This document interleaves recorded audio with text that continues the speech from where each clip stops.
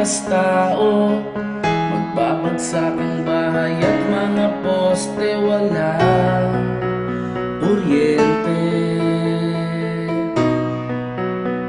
Mas matatag tayo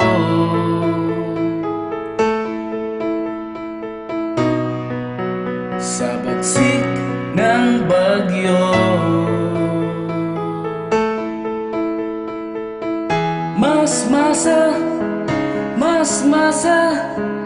Mas masaya sa Pilipinas. Mas